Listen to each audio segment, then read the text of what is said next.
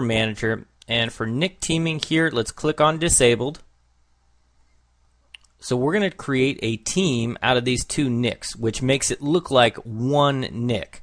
That's going to give us some load balancing, so we can use both NICs at the same time, and it's going to give us some redundancy so that if one NIC goes down, the other NIC is still up and running.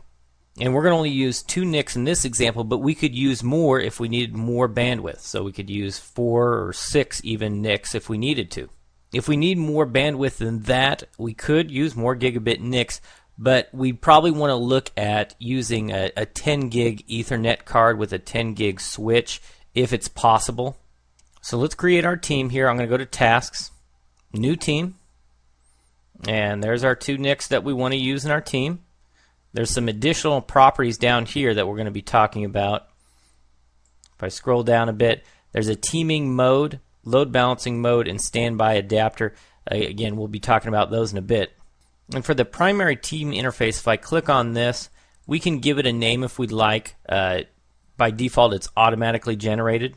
I'm going to call this team interface, though, Team 1. Now down here, we can specify if it should be put in a specific VLAN, and we would do this if the ports on the switch that these NICs were connected to were configured as a trunk. Mine are not. In this case, they're configured to be in a specific VLAN. So I'll go ahead and click OK. And click OK. Actually, we just need to give it a team name here. Again, I'll call it Team 1. Okay, and it may take a second for our NICs to come up, but my team is created. And now if we go look at our network connections here, we can see there's this new NIC called Team 1, and that's the one we would configure if we wanted to. So, but we're going to do that in a little bit. That's the one we'd put an IP address on, etc.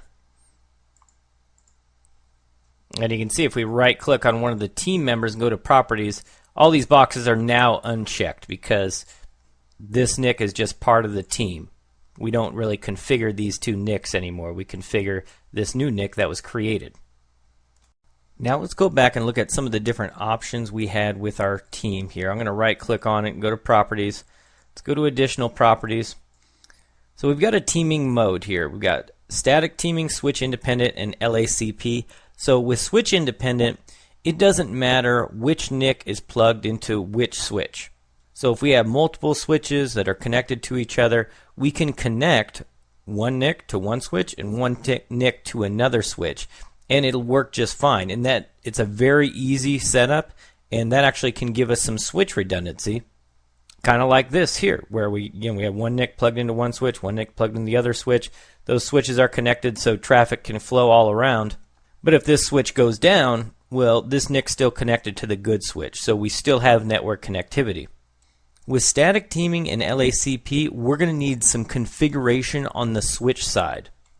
And with a Cisco switch, we would configure something called Ether channel so that the switch knows, hey, these two ports that the NICs are plugged into on the switch, these two ports are part of a team. And with LACP, we configure ports on our switch with the LACP protocol, and then they can dynamically detect that they're part of the same team. So we might be thinking, man, static teaming and LACP, there's more configuration. It's much more difficult. Why would I want to use those instead of switch independent? Well, with switch independent, we get load balancing on traffic flowing out from our server to other destinations. But traffic going back into the server, that type of load balancing would be handled by the switches it's connected to, or the switch it's connected to. In which case, we would need some configuration on the switch, like Ether channel, so that we can get that load balancing for traffic going back into our Hyper-V host. So that's the advantage. And we'll take a look at how to configure something like Ether channel a little bit later on. Now let's take a look at the load balancing mode. We've got address hash and Hyper-V port here. These are the two older load balancing modes. For address hash, it decides which NIC to send the traffic out of in the team based upon a few factors like MAC address, IP address, for the destination where the traffic's trying to get to. So what that means, if I'm trying to talk to PHX DC01, the traffic might go out this NIC because it's talking to a specific MAC address, IP address. If there's another server over here, the hash is going to be different because it's a different MAC address it's trying to go to and a different IP address. So it might send the traffic out on this NIC. So that's how we get the load balancing. For Hyper-V port, it's going to use the port on the virtual switch wherever the traffic's coming out of to determine which physical NIC to use for traffic. So if one virtual machine is trying to talk to one server and another virtual machine is trying to talk to another server, then those traffics might go out of different NICs because they're on different ports in the virtual switch.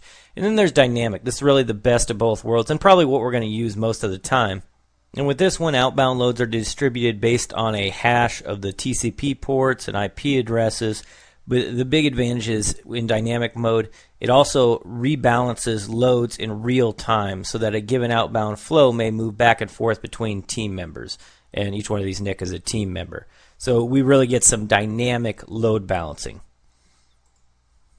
And for a standby adapter, if we want, we can choose an adapter that isn't being used, it's just waiting for a failure, and then it jumps in and takes over if there's a failure. Really, normally you're just going to want all the team members in there because we get that failover anyways. So no real sense in having one NIC just sitting there doing nothing when it could be in use.